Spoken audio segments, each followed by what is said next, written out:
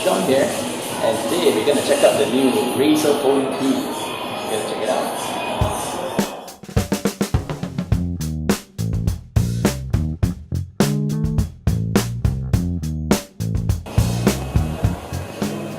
Razer has always been a brand associated with gaming mice, keyboards, and when the brand launched the Razer Phone last November, it took the world pretty much by surprise. Why would a peripheral, like gaming manufacturer go into the already crowded market of smartphones, let be flagship phones? So the answer was the Razer Phone back then, and 1 year we have the new Razer Phone 2. Alright, so on the tin, it looks very similar to what we have last year. The buttons, the form factor, it's still pretty much a snap.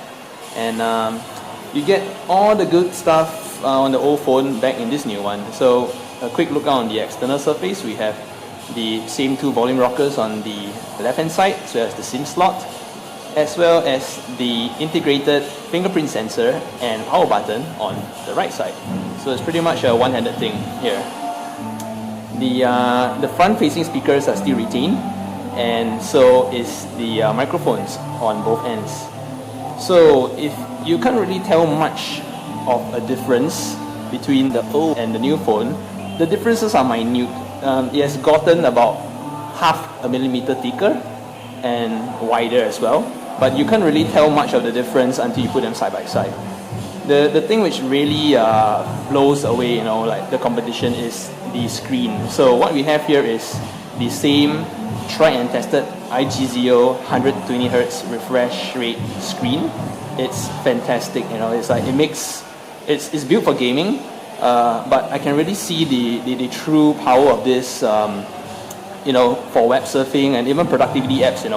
Web pages scrolls really quick on this, and it just makes it makes it feel really fast, like Apple-ish fast, and even beyond, like 60 Hz or what there. So this kudos to Razer on this though.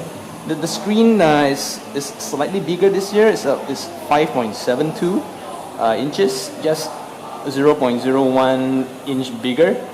So resolution is the same at 2560 by 1440, and you get the 120 Hz display refresh coupled with a 120 Hz touch response as well. So the matching is crucial, because you wouldn't want touch to lag behind what's showing on the screen, and that's going to be a big no-no in terms of inputs for gaming.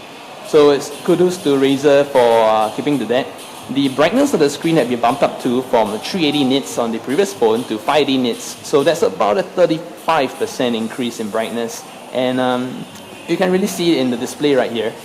So the phone this year has a IP67 rating, water resistance rating. It's rated for half an hour in 1 meter of water, and that's pretty much the only big change we have on the external side. Other than that, you still get the same USB-C port, no 3.5mm jacks.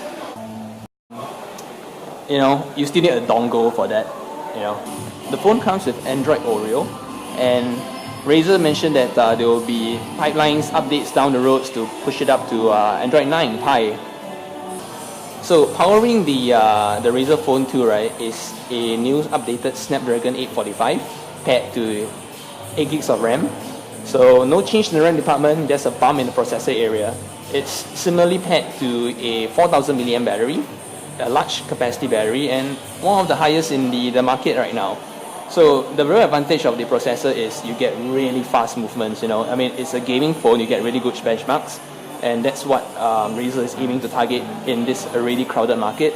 But the true value I see, right, in this is really the productivity improvements. A 120 Hz refresh screen with a corresponding 120 Hz touch sensitive screen really makes productivity really good. You get really speedy movements, and you can see it's really a joy to use. So one of the really side advantage of a new processor is that you can now fully utilize the full power of the cameras. So the previous phone had a ability to record only up to 1260p at 30 frames per second. Now that's been doubled to 60 frames per second.